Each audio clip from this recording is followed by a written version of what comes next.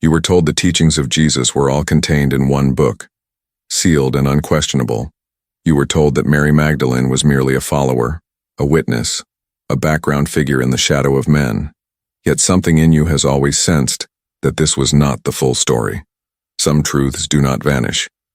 They simply wait quietly until your consciousness is ready to remember them. They return as a whisper, subtle but undeniable. The Gospel of Mary is one of those whispers. This is not a story of belief, dogma, or doctrine, but a map, a guide for the ascent of the soul. It is not something you learn, it is something you remember, a memory older than this life, something that has been quietly waiting to be acknowledged. The Gospel of Mary is not about a woman standing beside a man. It is about the soul standing before the infinite. It is about remembering who you are beneath the layers of conditioning, identity, and illusion. This teaching cannot be forced on anyone. It only makes sense when the soul is ready to remember, when you realize that salvation is not about obedience, but awakening, not about worship, but direct inner knowing. Before we go deeper into this forgotten text, if you feel called to these hidden teachings and to the Gnostic path, remember to like this video, share your reflections in the comments, and subscribe to Gnostic Codex so you don't miss the next explorations. Now let's enter the story that was never meant to disappear. The world that silenced Mary. To understand the Gospel of Mary, you must first understand the world in which it was silenced. After the death of Jesus, there was not one Christianity. There were many, different communities, different interpretations, different understandings of what had truly been taught. Some followed the outer teachings, where morality, structure, and authority began to harden into hierarchy, slowly shifting from guidance into control. Others followed the inner teachings, rooted in direct experience, gnosis, and the awakening of the soul. History shows how these two paths eventually collided. Those who emphasized faith, obedience, and institutional power rose to dominance, shaping the story of Christianity as the world knows it today. But there was another path, a quieter one. A living flame passed from teacher to student, whispered in small gatherings, preserved in fragments, visions, and revelation texts. These were the Gnostics, early followers who believed that salvation came not from belief in external authority, but from awakening the knowledge already within the soul. For them, Jesus was not merely a distant savior figure.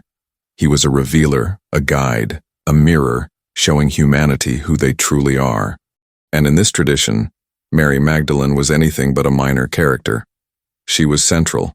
The Gospel of Mary describes her as the one who understood the teachings, not just intellectually, but directly. She grasped the journey of the soul beyond the body, beyond death, beyond the illusions of the material world. The conflict with the disciples. In the text, after the teacher's departure, the disciples are afraid.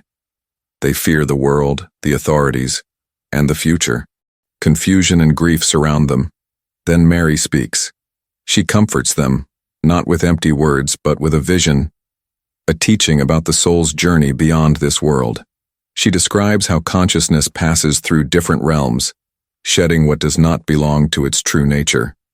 Some of the disciples are moved, but others struggle.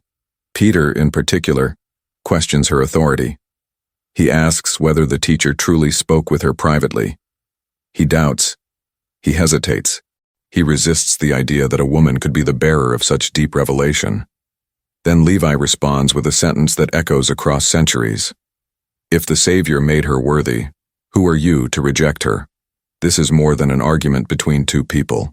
It is the clash of two worldviews. One rooted in outer religion, authority as external, hierarchical, controlled. Another rooted in inner revelation, authority arising from direct experience of the divine. Mary's gospel was not included in the later canon and survives only in fragments. But its emphasis is clear: inner experience, personal transformation, and the soul's direct relationship with the divine. It teaches that the kingdom is discovered within the depths of your own consciousness.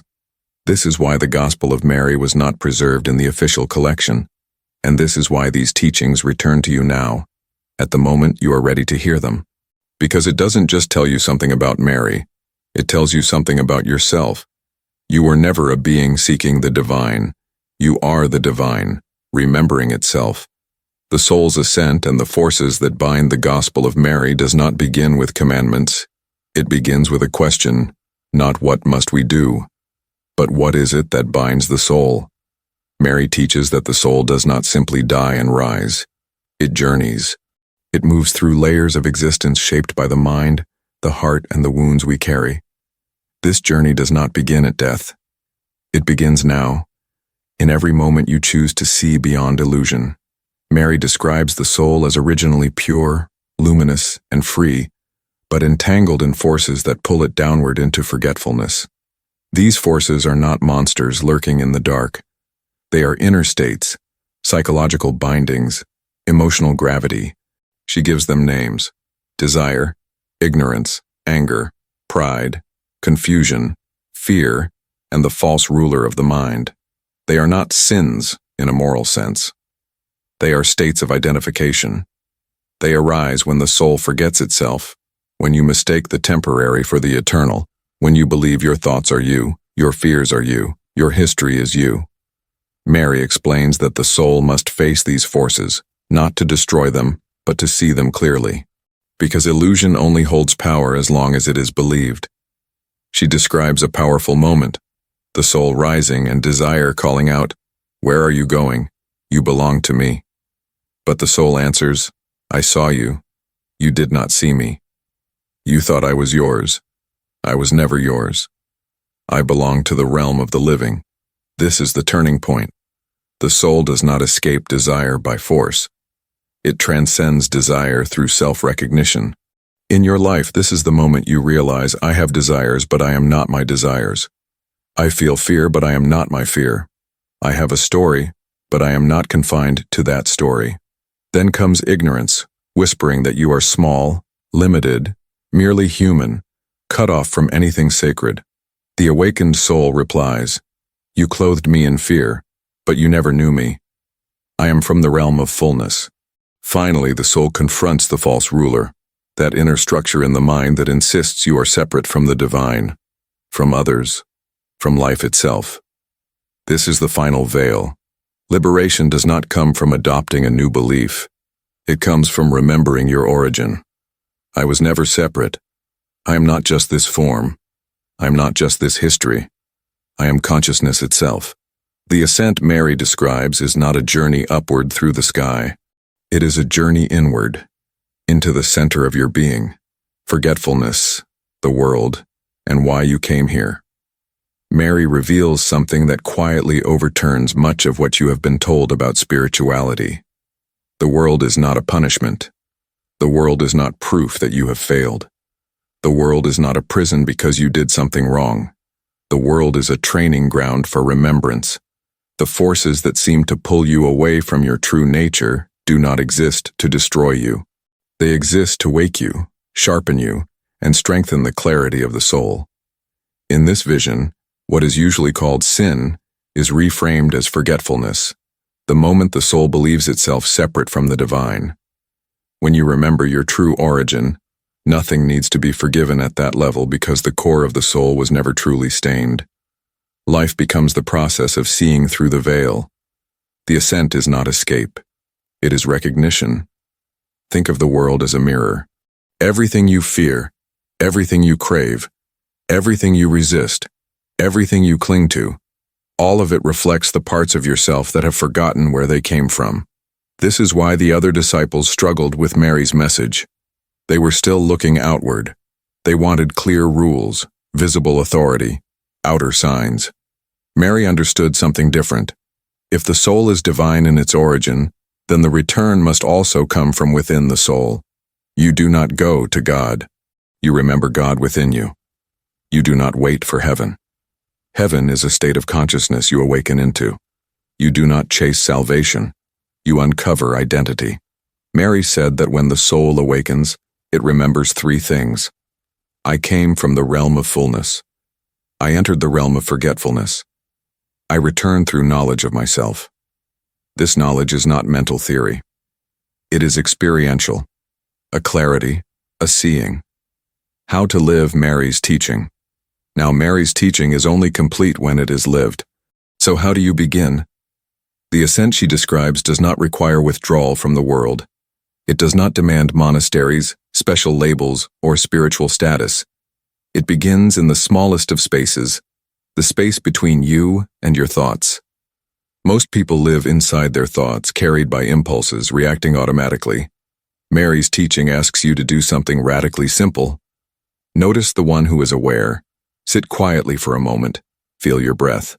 Notice the flow of thoughts appearing and fading. Then ask gently, who is the one watching these thoughts? Do not try to answer with logic. Do not describe, judge, or name. Just notice that something is watching. That presence did not begin when you woke up this morning. It did not appear with your first memory. It did not disappear when your beliefs changed. It has always been here. That silent awareness is the doorway Mary points to. When emotion arises, do not immediately follow it. Observe it. Fear, desire, pride, confusion, they are not enemies, they are thresholds. When an emotion rises, you have a choice.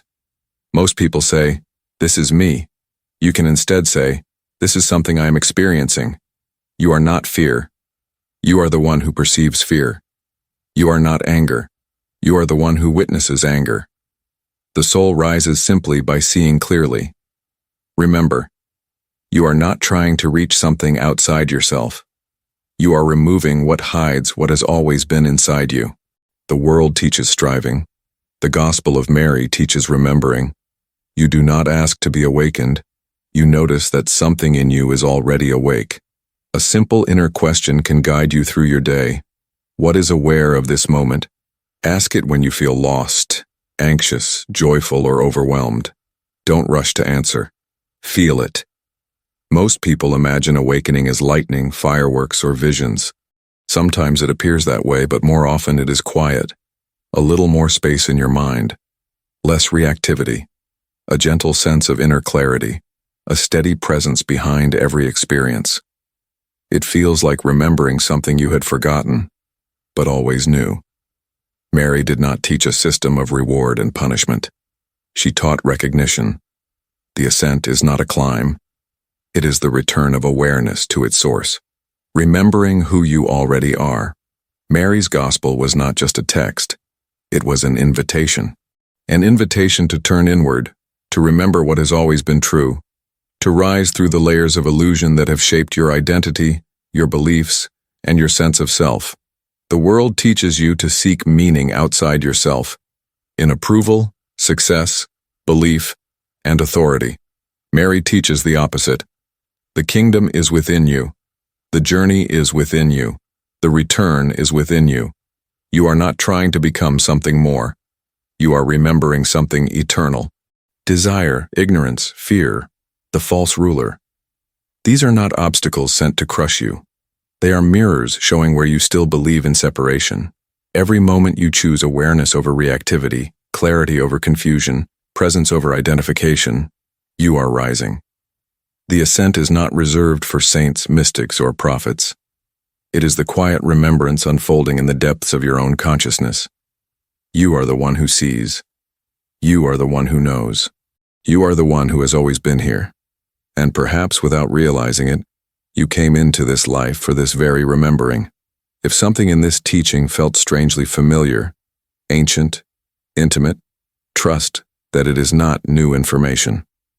It is old memory resurfacing. The Gospel of Mary survived only in fragments because it was never meant for everyone. It was meant for those who could recognize it, for those who are ready to remember.